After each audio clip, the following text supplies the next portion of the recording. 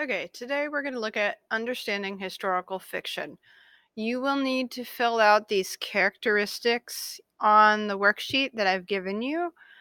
Feel free to pause the video and write as you need. Okay.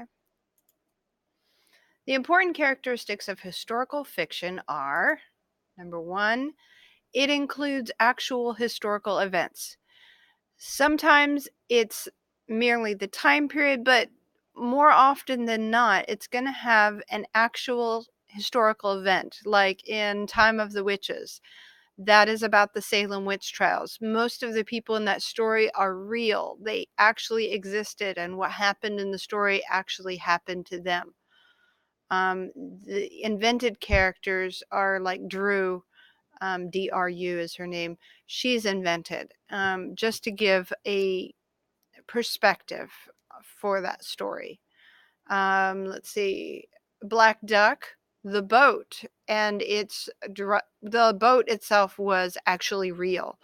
And what it did. I don't know about the captain. You'll have to read in the back of the book, but I don't know if the captain of that book is actually who it was in real life or not. You'll have to check that out.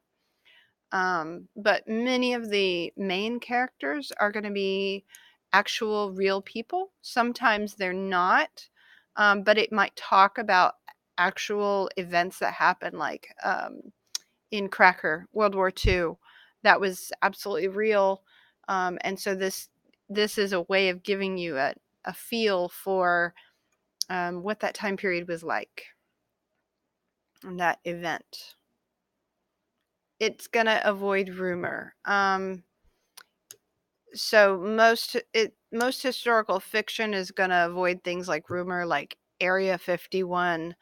um if you're speculating and guessing a whole lot and you're writing about things that don't have a lot of proof, we don't really call it historical fiction. That would be more sci-fi, because there's no proof that aliens actually landed, or very, very little proof that aliens actually landed there in Area 51. Um, so if you start speculating too much and going off of rumors and, well, maybe this happened, then it's more fantasy, sci-fi, um, realistic fiction perhaps, but not really. Okay, and the next one is, it includes fictional characters. So this is number 2. It includes fictional characters, but may also mention actual historical figures. And we already kind of talked about that. It may mention Abraham Lincoln or George Washington. So, for example, in Fever 1793, it mentions George Washington, and I think he makes a very brief appearance somewhere in that book. Even though the book is not about him, it kind of helps to set the tone and give you an idea of the time period that you're talking about, and to let you know what events are going on in that world at that time. So it'll mention historical figures. Now, if it mentions a whole bunch, sometimes that may go into the unbelievable if they're suddenly meeting every major historical figure that existed during that time. Yeah, it might get a little unrealistic. Number 3 is subtle, not overt in its use of historical events, characters, and settings. And that's what I was talking about with the previous slide, is that if I read one book, and I can't remember the title of it right now, but it was about these girls that were spiritualists during this real spiritual time in American history, and they met